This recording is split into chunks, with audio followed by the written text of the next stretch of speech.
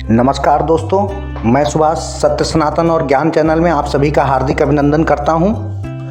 तो दोस्तों, आज एक और पौराणिक कथा लेकर आपके सामने हाजिर हुआ हूं। इस कथा का सार है कि आखिर इंसान का पाप कहां कहां जाता है। तो चलिए शुरू करते हैं। इसी संदर्भ में एक बार एक ऋषि ने सोचा कि लोग पाप धोने के लिए सभी लोग गंगा में जाते हैं, ऐसे में सारे पाप गंगा में ही समा जाते हैं, इस तरह तो गंगा भी पापी हो जाएंगी। उस ऋषि ने ये जानने के लिए कि आखिर पाप जाता कहाँ है, तपस्या की बहुत दिनों तक। तपस्या करने के फलस्वरूप देवगण प्रकट हुए। तब ऋषि ने उनसे पूछा कि गंगा में जो पाप धोया जाता है वो कहाँ जाता है। तब भगवान ने कहा कि चलो गंगा जी से ही पूछते हैं इस बारे में। ऋषि और भगवान दोनों ही गंगा जी से पूछा कि हे गंगे, सब लोग तुम्हारे यहाँ पाप धोते हैं, इसका मतलब क्या आप भी पापी हुई?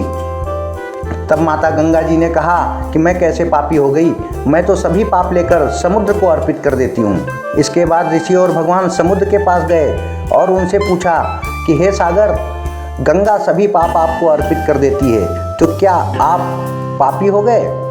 तब समुद्र जी ने कहा कि वो कैसे पापी हुए, वो सभी पाप को भाप बनाकर बादल बना देते हैं। अब ऋषि और भगवान दोनों ही बादल के पास गए, उनसे पूछा कि हे बादल, समुद्र पापों को भाप बनाकर बादल बना देते हैं, तो क्या आप पापी हुए?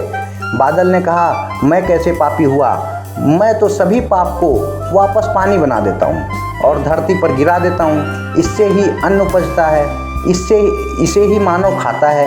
इस अन्न में जो अन्न जिस मानसिक स्थिति से उगाया जाता है और जिस वृत्ति से प्राप्त किया जाता है और जिस मानसिक अवस्था में खाया जाता है, उसी के आधार पर मृत्यु बनती है। यही कारण है कि कहा जाता है कि जैसा खाए अन्न वैसा बनता है मन। जिस वृत्ति से अन्न प्राप्त किया जाता है और जिस मानसिक अवस्था में खाया जाता है, वैसा ही विचार मानव का बन जाता है।